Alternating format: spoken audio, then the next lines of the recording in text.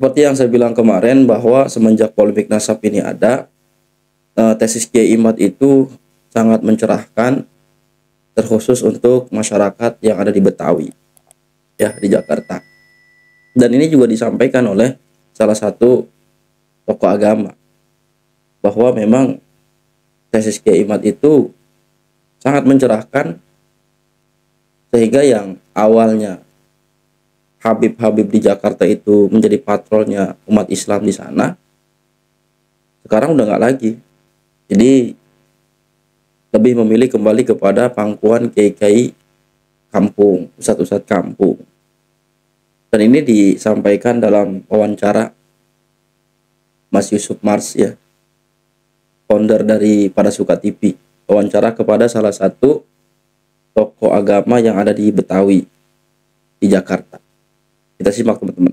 Assalamualaikum warahmatullahi wabarakatuh. Waalaikumsalam warahmatullahi wabarakatuh. Pemirsa Pada Suka TV, saya bersama dengan salah satu fansnya Kiai Imad yang luar biasa gitu kan, menyimak tentang podcast Pada Suka TV. Dengan siapa Pak Kiai? Dengan Pak Haji Mulyadi, Ketua Padepokan Seni Manggar Kelate Kemang. Wow. Dimana kita berdakwah lewat seni budaya. Kemang Jakarta kan? Jakarta Selatan, yang setiap tahun kita bikin acara event festival Palang Pintu, Pak. Wah, itu ya. Palang Pintu, ces. Ya. Jadi NU nih. NU, oke. Pak Kiai Edi. Ustaz aja. Pantas. Kiai Imad, benar-benar Kiai Imad. Itu saya dengar bahwa Anda itu selalu menyimak ini podcast saya di Pada Suka TV, terutama tentang Kiai Imad ini. Ini gimana nih Anda melihatnya? Betul, luar biasa kali Pada Suka. Saya salah satu penggemar Pada Suka dan Kiai Imaduddin yang luar biasa, yang hari ini membuka cakrawala kebebasan berpikir dan memberikan suatu kedewasaan dalam berpikir, dan juga membuka mata batin kita dan mata kita yang sebenarnya. Kenapa? Bahwa kejadian yang ada di Indonesia ini dengan adanya fenomena yang telah dibuka oleh Kiai Imaduddin itu luar biasa, berdampak pada masyarakat yang luar biasa.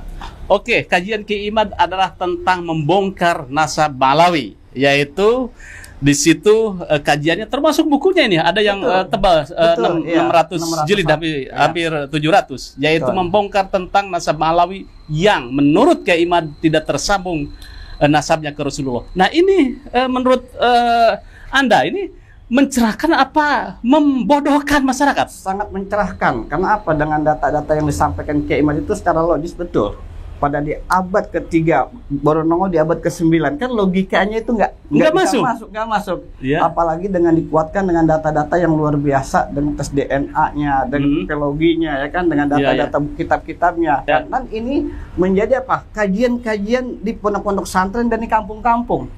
Sekarang masyarakat ini sudah mulai buka matanya. Dengan adanya kajian ini, akhirnya mereka mau belajar mengkaji yang dulu itu ilmu nasab itu tidak begitu diperhitungkan, sekarang luar biasa menjadi suatu ilmu yang menjadi favorit, ya kan? Oh iya, jadi perbincangan di masyarakat. Di masyarakat, jangan kan itu di kampung-kampung sendiri, di musola atau di tempat pengajian itu terjadi diskusi-diskusi. Itu bahas tentang nasab Alawi, ya kan? Karena apa? Ini adalah suatu kajian yang benar-benar ditinjau secara akademik, kan? Sehingga apa, masyarakat itu melihat bahwa kajian ini harus ditinjau juga dengan secara akademik. Jadi jelas semuanya itu, bukan secara impian, bukan secara husnudzon, ya kan? Harus jelas data semuanya. Gitu, jadi Anda orang NU, Pak Kiai itu ya. Jadi yakin bahwa kajian Kiai Imad itu mendekati kebenaran? Bukan mendekati kebenaran, memang sudah benar. Oh, menurut benar. Yakin itu? Yakin sekali, hakul yakin dan ainul yakin. Nah, dampak terhadap Anda nih khususnya, kemudian juga masyarakat sekitar Anda itu bagaimana? Terutama di daerah Kemang itu. Ya, dampaknya bahwa masyarakat ini istilahnya hanya menghormati orang-orang yang punya akhlak dan berilmu. Iya, setuju saya. Karena bagaimanapun mereka juga bagian daripada bangsa Indonesia. Iya. Tetapi ya kan, kita melihat fenomena yang ada, para habaib ini yang melakukan dawir, melakukan hal-hal yang sifatnya merugikan masyarakat. Oknum lah ya. Oknumnya ini, mereka ini harus diluruskan. Dan juga harus diingatkan. Hati-hati ini bangsa Indonesia, bangsa yang keramat ini. Wah, iya. Jadi orang Betawi itu kan patronnya adalah habaib itu ya. Ini ada pergeseran ini di masyarakat Betawi, terutama khususnya nih di sekitar masyarakat Pak Kiai itu. Ya, memang sekitarnya. Memang masih ada, tetapi tidak mempunyai dampak efek. Oke. Efek nggak kayak dulu, Pak, ya kan? Dulu itu fanatik bener. Fanatik betul, tapi walaupun ada, tapi kita hanya memilih orang-orang tertentu, dan ini udah mulai, mohon maaf ya, sudah mulai ditinggalkan. Kita lebih banyak mengutamakan kiai kampung. Karena kiai kampung itu banyak yang pintar, latar belakang pondok pesantren, yang dari Lioboyo, yang dari Tebu Ireng dan sebagainya. Ini yang sekarang masyarakat ini mengutamakan para kiai-kiai lokal. Kiai-kiai lokal. Apakah Anda yang termasuk dengan mengagungkan atau menghormati sosok kiai dengan ilmunya atau dengan nasabnya? Komen ya, tulis komentarnya di sini. Oke, lanjut Pak Kiai. Ya. Nah, keseharian berarti Pak Kiai itu sebagai yayasan Palang Pintu atau bagaimana itu? Jadi mohon maaf, saya bukan kiai. Oh iya. Saya hanya guru ustadz biasa. Oh, ibu-ibu ya, kiai kan ada di Solo juga ada Kiai Selamat itu. Karena kiai itu keramat ya, sesuatu harus menguasai ilmu secara utuhnya. Jadi dengan adanya kajian Kiai Imad ini yang saya ikuti selama 3 tahun, apalagi pada suka yang luar biasa, memberikan pencerahan informasi kepada masyarakat, sehingga apa? Kita akan mau belajar kembali dan melihat dengan secara akal yang sehat. Semua itu harus dengan data, semua itu harus dengan informasi yang jelas. Bukan hanya kita husnuzon, tetapi harus jelas kajian ini. Karena apa? Kalau kita berbicara secara akal sehat, kita akan mengakui kajian Kiai Imaduddin, apalagi mahasiswa dari IAIN Sunan Syarif Hidayatullah. Yang kemarin saya bahas. Itu sudah melakukan tesis. Ya. Ini kan satu jawaban. Mohon maaf, di kalangan mereka dianggap ini tidak ilmiah. Pembahasan bahasa itu tidak ilmiah ini menurut mereka yang bagaimana, ya kan? Ketidakilmuan secara akademik atau secara mereka gitu kan. Sedangkan ilmiah itu sudah ada standarisasinya secara universitas itu kan. Gitu. Sudah ketemu dengan Kiai Imad? Belum, baru ketemu dulu 3 tahun yang lalu. Saya sempat diajak bicara ya kan yang Kiai Imad, sehingga saya itu satu kebanggaan buat saya, ya kan? Tapi doa saya selalu buat Kiai Imad biar sehat dan sukses, sehingga Pak bisa mencerahkan bangsa Indonesia ini, dan mobil khusus pada suka selalu istiqomah memberikan hal yang benar kepada masyarakat. Suara kebenaran. Suara kebenaran. Kalau bukan kita siapa lagi? Iya.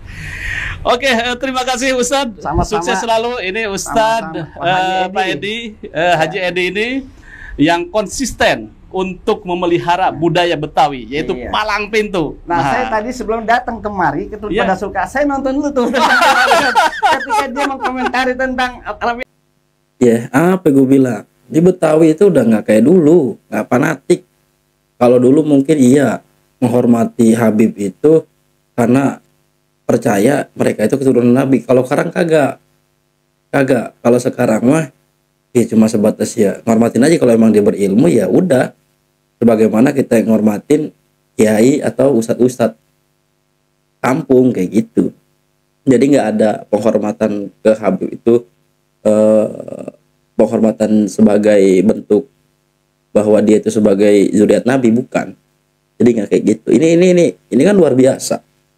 Ya. Adapun mereka masih rame, ya biasa, mereka kan punya personal branding, punya branding media sosialnya bagus. Ya. Makanya kita juga dalam rangka mengimbangin media mereka. Perlu kita adanya media-media seperti ini. Dan media-media yang dalam hal ini mendukung tesis Kiai Imad itu sama sekali murni, nggak ada koordinasi, kita nggak saling kenal, kita udah biasa aja, kita pengen juga ikut kontribusi menyiarkan polemik nasab ini agar masyarakat kita lebih luas mengetahui seperti itu. Ya teman-teman, jadi terus gaungkan, terus ejawantahkan, terus sebarin, informasiin. Biar pada tahu, kalau kata orang Betawi begitu, ya. Jadi di sini juga kita ngelihat sebenarnya betapa kalau kiai-kiai kita itu tawadu banget. Kalau dipanggil kiai itu kayak tadi tuh kayak ngerasa nggak pantas gitu. Ya itu begitu cerminan orang Nusantara kayak gitu. Kepribadian orang Nusantara tuh begitu. Jadi ngerasa dirinya itu emang nggak pantas disebut kiai gitu. Padahal kalau gue sih yakin ya, ketimbang mohon maaf nih Habib-habib yang sering kali dawir, sering ceramah, cerita-cerita kuropat, kalau dites keilmuannya yang tadi itu kiai tadi yang nggak mau dipanggil kiai, ya nggak ada apa-apanya ke Habib. Ya, kebanyakan pada nggak punya ilmu, kebanyakan pada bisanya ya sholawat, terus ziarah makam, udah begitu-gitu aja kan. Yang kita lihat di media sosial kan kayak gitu.